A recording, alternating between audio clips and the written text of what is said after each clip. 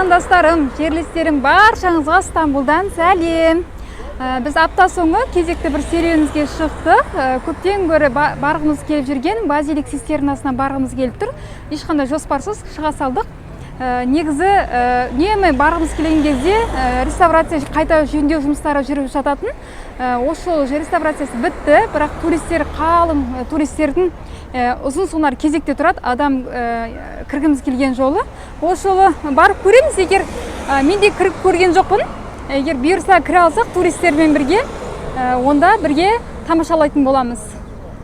Бізбен бірге болыңыздар. Дала ғажап, әдемі болып тұр ауа райы.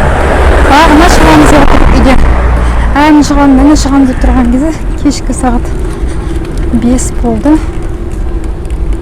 Көрдіңіздер ме? Жоқта осыны байқадыңыздар ма? Жалпы Түркияда басында мысалға орамал осылай. Әдетте кейбір түрік ханымдары темекі шегіп кете береді. Не болса да, басында орамал болса да.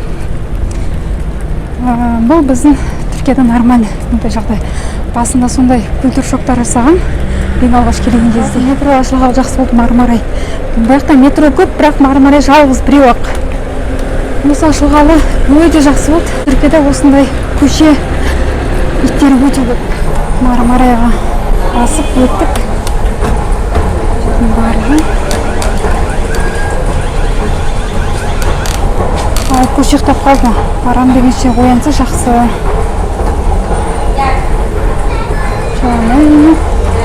Шығам дегенше күтіп ұйықтап қалды. Серкежі аялдамасынан түсіп қалды. Серкежінің аялдамасы бірнеше шығатын жері бар.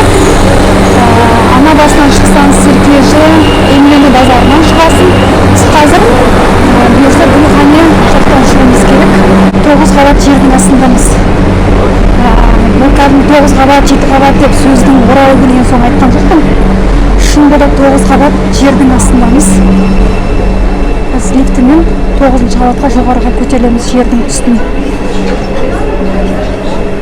Бұл Мармарай Стамбулды Азия мен Европа бетін жалғайтын метро. Лифтті күтіп тұрмыз. 8-ші қабатқа, 9-ші қабатқа астына түсті. Қазір ашылу керек бұйырса. Hangisiye gidiyorsun sen? Marmara mı? Yok Marmara. Tabii. Keşke oradan razıyım 6 saat.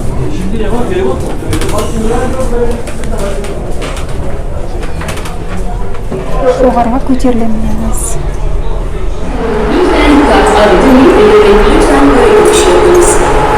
Бірнеше шығатын жері бар Мармарайдың. Шыққаннан кейін отбасы Мармарайға кезекпен кіріп жатыр әйтпесе ылғи қойып қалады. Жаңа ақшаңыз алдыңыз ба? Мына жерге ақшаны қайтарып алып ұмытпаңыздар, именно Мармарайға. Ой, менің қолым. Стамбулдың осындай көшелерімен, қар көшелерімен жүрудің өзі бір өнер ғой. Осындай Серкежі жағынан шықты, Гүлхане жағынан. Қазір мына жерде Гүлхане трамвай аялдамасы. Ары қарай сіздердің білетіндердің барлығыңыз классик жері. Мына жерлердің бәрін жиі өтеміз ғой біз. Жұмыспен жүргенімізде бір басқа, осылай арнайы жүргенімізде бір басқаша әсер.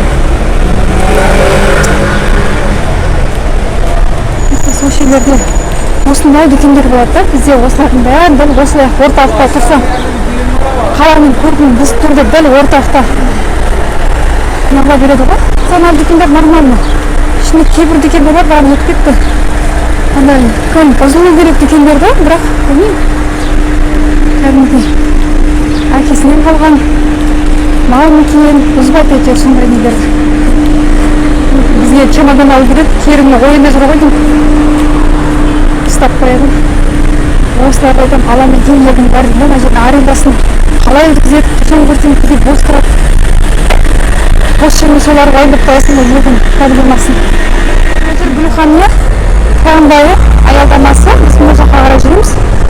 мына қорғандардың бәрі тарихи қорғандар кезінде Осман заманынан қалған.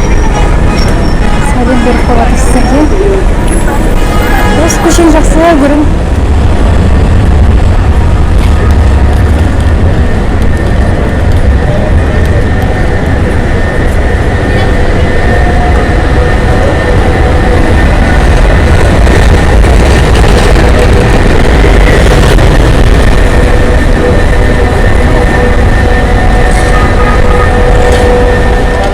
Какой-то.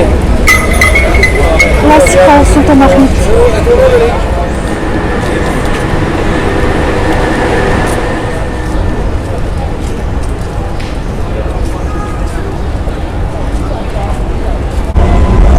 Мына жерде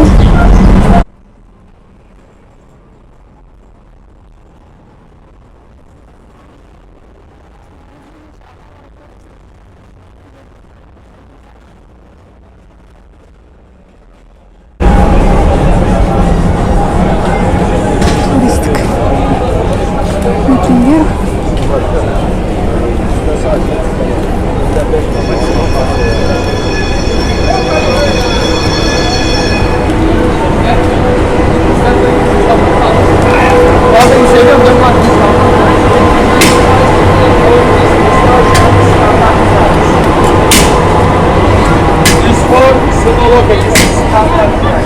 Біз кеп қалдық. Негізі осы жерде. Ана жер қарсы Ая София. Emine abla neredesin? Geç Gülhane Parkı'na gidelim. Batu neredesin? Seni arıyorum. Ал келдік.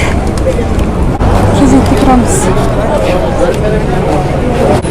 Біз де бірге турист сияқты жүрейік. Мынаның бәрі кезекте тұруды айтса, маңыз қара. Мыналардың бәрін соңында кезек тұрам дегенше,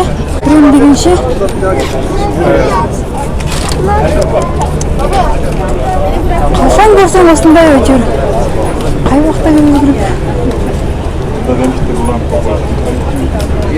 Мен үнемі өтем ғой бұл жерден. Постоянно осындай. Кезек ұзын сонар. Ойбай.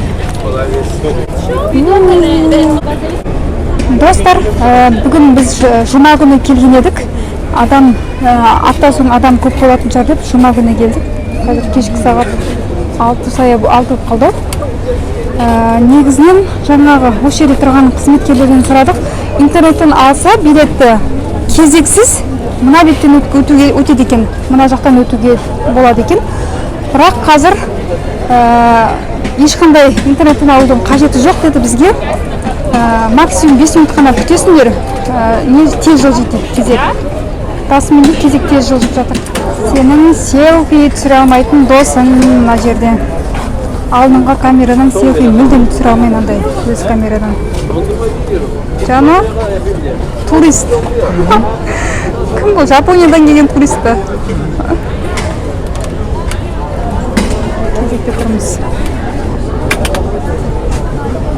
Алдыңғы камераны мүлдем қолданамаймын. Қай жаққа қарарын білмей тұрмын бұлай. Мә достар, осы жерден бастап менің камерам істемей қалды. Билеттің бағасы 60 лира жергілікті тұрғындарға, яғни 1030 теңге қазіргі курспен. Ал туристер үшін 350 лира, яғни 6000 теңге.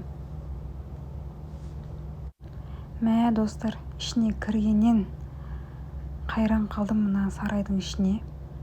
Бұл жер асты сарайы, сарай болғанда Константинополь заманда, яғни Стамбул болмай тұрған заманда дәуірінің сол кездегі дәуірдің ең атақты су қоймаларының бірі.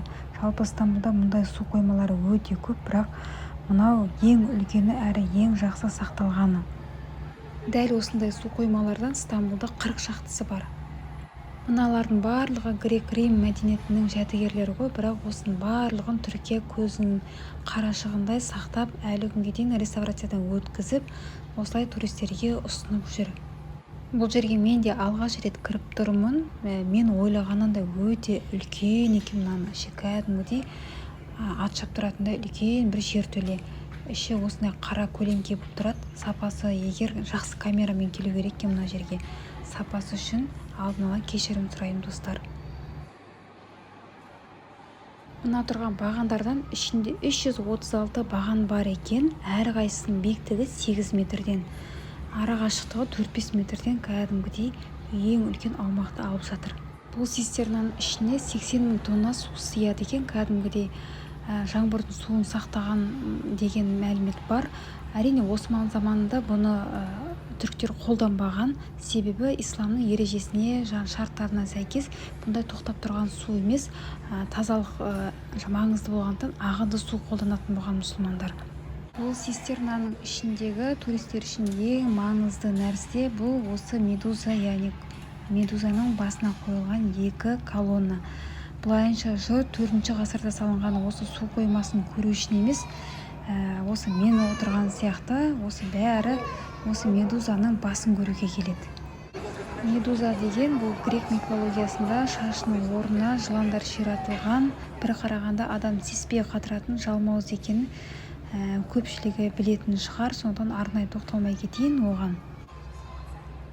Дәл осы 2 бастың осы жерге қалай келгені, қандай мақсатпен қолданғаны әлі күнге дейін белгісіз, бірақ аңызға байланысты ел аузындағы 1-ші Юстина дәуірінде римдіктер христиан дінін қабылдағаннан кейін пагандықты жою мақсатында дәл осы жерге тығып тастаған деген дерек бар. Мына бағандардың ішінде ерекше 2 баған бар. Соның бірі мына баған, қараңыздар, өте ерекше өрнегі. Бұл жылаған баған деп аталады. Әрине ешқандай жылаған ондай бір несі жоқ. Бұл кәдімгі төбеден аққан суларды осылай тесіп осындай өрнек із қалдырған деген табиғи жолмен қалыптасқан баған екен. Осман заманында қарапайым халық осы цистернаның үстіне шығып балық аулайды екен. Өйткені мұнан ішін бәрі түгел су болғандықтан астында балықтар жүзіп жүрген екен.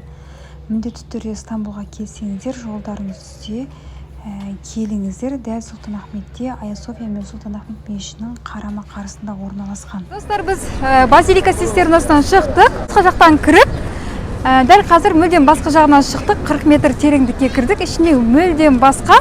Менің камерамда жұмыс жасап кетті. Ішке кірген кезде медузаның тылсымы ма білмей, менің бүкіл камерам даусын бәрі өшіп қалған еді. Енді сыртқа шықсам, дауысы шығып тұрып, бұйырса каналым ұнаса, видеом ұнаса, қолдау білдіріп, каналыма жазылып қойыңыздар. Бұл мен үшін өте маңызды. Қазақ тілді контентті қолдайық, достар. Ұнады ма?